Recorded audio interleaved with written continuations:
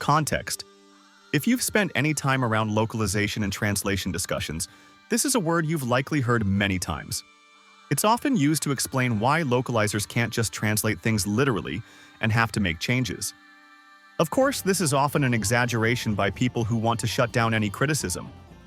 Context is important in every language. It's not something unique to Japanese.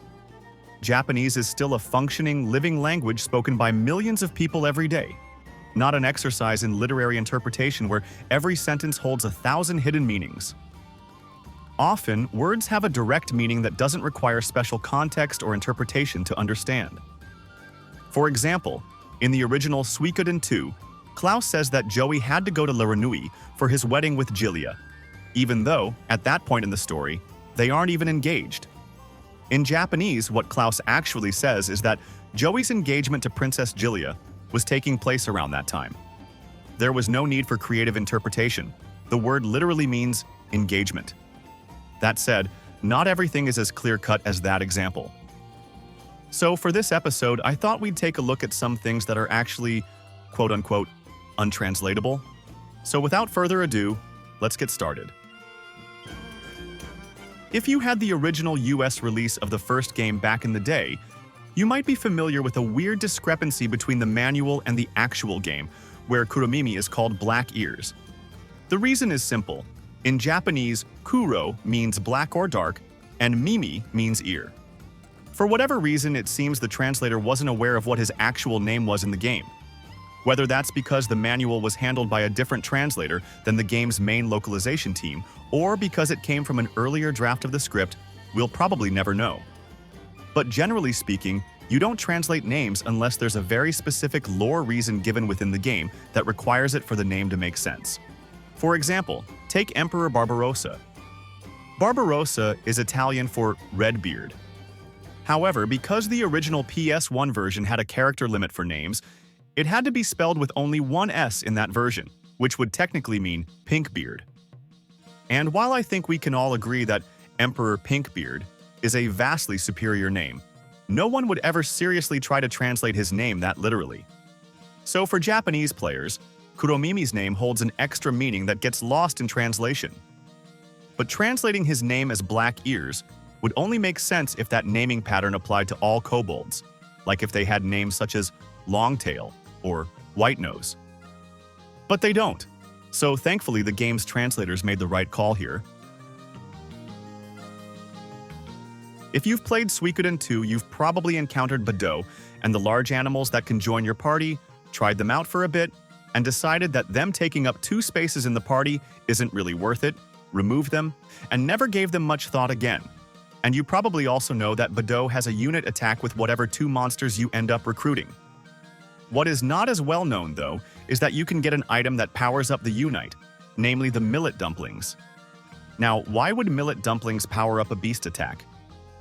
In Japanese, they are known as kibidango, and millet dumplings is a correct translation of that. However, this is actually a reference to a famous Japanese folktale about a boy born from a giant peach. As the story goes, an elderly childless couple found the peach floating down the river. Upon opening it, they discovered a baby boy inside. They named him Momotaro, as Momo means peach, and Taro is a common boy's name. As he grew up, Momotaro became strong and brave. One day, he set out on a journey to defeat a band of marauding ogres who were terrorizing the land. His parents gave him kibidango, or millet dumplings, as provisions for the trip.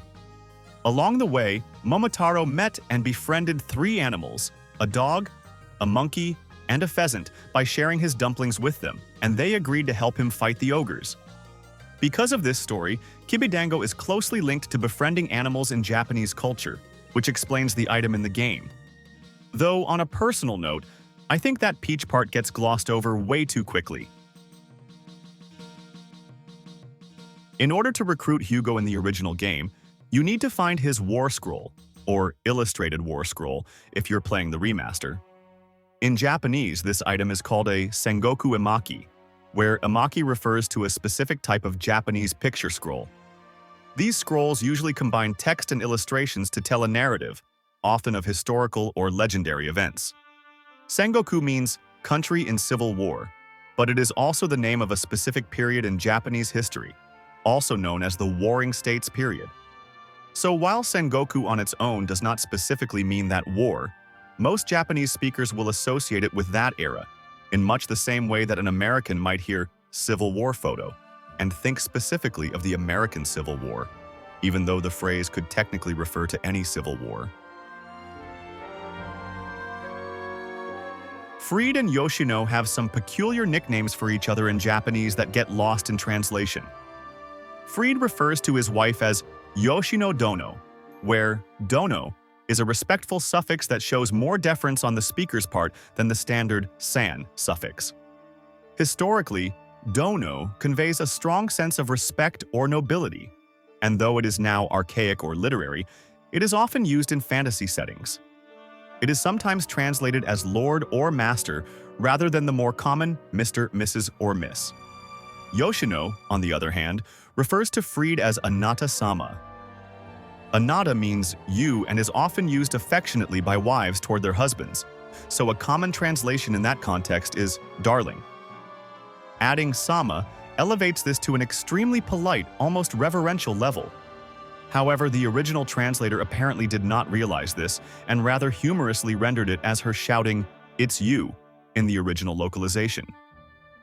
While sama functions similarly to dono in showing respect, it is more broadly used in modern Japanese and carries even greater formality. Essentially, Yoshino calls Fried Lord Darling, and Fried calls her Lady Yoshino. But that still does not capture the full nuance of the formality involved, and it sounds incredibly strange in English. That said, this is not particularly normal by Japanese standards either, to the point that these nicknames even have their own entry in the original Suikoden encyclopedia. And while we're on the subject of Yoshino, the way she speaks has a bit of a quirk to it. Instead of saying I or me, she uses her own name, meaning that in English she sounds like she's speaking in the third person. This even confused the original localizers of Suikoden 2, where Yoshino has some odd things to say. This has to do with how Japanese handles pronouns. Once you've established who you're talking about, there's often no need to keep saying I, you, or they until the subject changes. Somewhat ironically though, even though Japanese as a language has more or less decided that pronouns are optional, it also has a lot of them. And which one you use depends on things like your gender, age, social role, and relationship with the person you're talking to. For example, watashi is the neutral, standard word for I, but a young man might use boku instead. A young girl might go with atashi, both being considered informal and polite.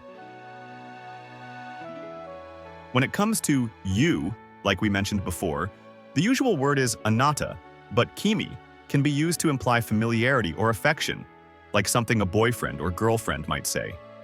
Basically, pronouns in Japanese convey much more than just you or me. The choice of pronoun often reflects the speaker's personality, status, gender, and relationship to the listener, making them carry more social nuance than in English, and using the wrong one can be considered extremely rude. So if you're extremely demure and unsure of your social standing in a conversation, using your own name is a way to put yourself in the lowest position, being respectful, humble, and non-confrontational. Realistically speaking, though, you're not likely to hear adults refer to themselves in the third person even in Japan, which is exactly what makes Yoshino's speech so distinctive. It shows just how polite, deferential, and respectful she is toward those around her. And untranslatable.